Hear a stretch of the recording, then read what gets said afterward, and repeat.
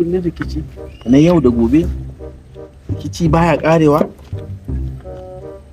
Salamu alaikum, wani lafiya? Lafiya kalau. Ya hidindimu. Alhamdulillah. Alhaji dan Allah taimako nake so, wallahi kusan sati na ɗaya kenan ko abinci ban ci ba Alhaji dan Allah. Alhaji a taimake ni dan Allah, ni ko na abinci a bani Alhaji. A taimaka min. Haka ne fa, ana fama fa. Yanzu jiya ma haka wani ya zo shi ma watan shi ɗaya bai ci abinci, sai ban tausayi. Kai ma yanzu kwanan ka uku baka ci abinci. Kwana uku kenan, ko ruwa ban sha Alhaji, ko ruwa. Kai da kyar ban cin komai. Alƙur'an ban cin komai. Ni kaina da ka gani nan wurin, ka san yanayin yadda mai yayi tsada yanzu a gari. Babu wani abu da ke wannan. Amma dai mai da na gaya maka ba kuɗi a gari. Ka gane ba kuɗi a gari. Alhaji. Wallahi haka abin suke, ba kuɗi a gari. Mutane suna fama amma yanzu. Alhaji duka ina yanzu ba da kawai abinci plate nawa ake samun plate cikin abinci. Ana siyarwa 10,000 haka dai wanda ya saba. Mun sani dai nan 100 ake sayar da kuɗi. Sai da kace kana jin yunwa, sai ka ce plate abinci 10,000. Haka ne Alhaji. Yanzu ga 1,000 zan baka. Ka je ka siya abinci plate daya. Naira 300. Ka dawo min da naira 700. Ina nan ina jiran ka, ba tafiya zan yi ba, ina nan ina son wani zai haɗu da shi a nan.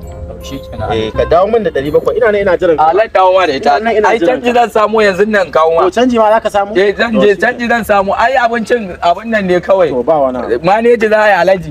Na gode. Mutane na fama fa. Ana fama da yunwa a gari. Allah ya taimaka mana, muke taimakon mutane, Allah mu ma ya kullafa. Alƙur'an dama haƙƙinmu ne. A wannan haƙƙinmu ne, ni ma na yagi rabona. Sai dai ya Allah kalle shi dafi fa ya ciro fa, to na yagi haƙƙina. Ya je ya Allah isa ma tsoron mu take ji. Wannan haƙƙina ne. Allah ɗaya ya san kuɗin nan ina ya je ya samu. Wai duk da mu.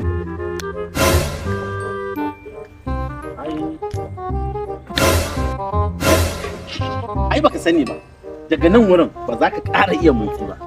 Dan Allah ka rufa min asiri. Dan Allah.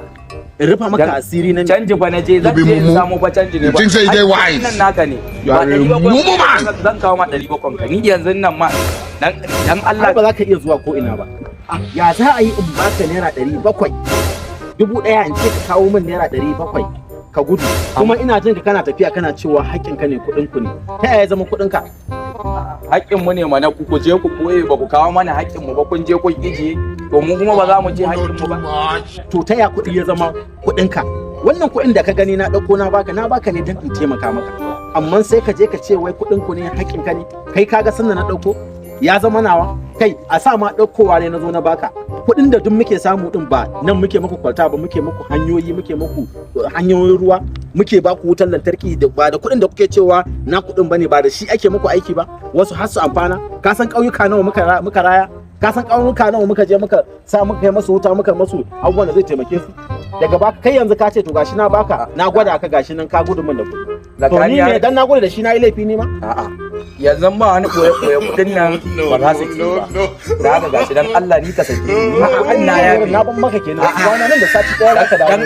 Dan Allah ka yi hakuri. Ai ma ba maka kenan. Ina cika wannan. Dan Alhaji dan Allah ka ce kuɗin ku ne, hakkin dan a'a ba wallahi ba. Alhaji dan Allah ka zo kai.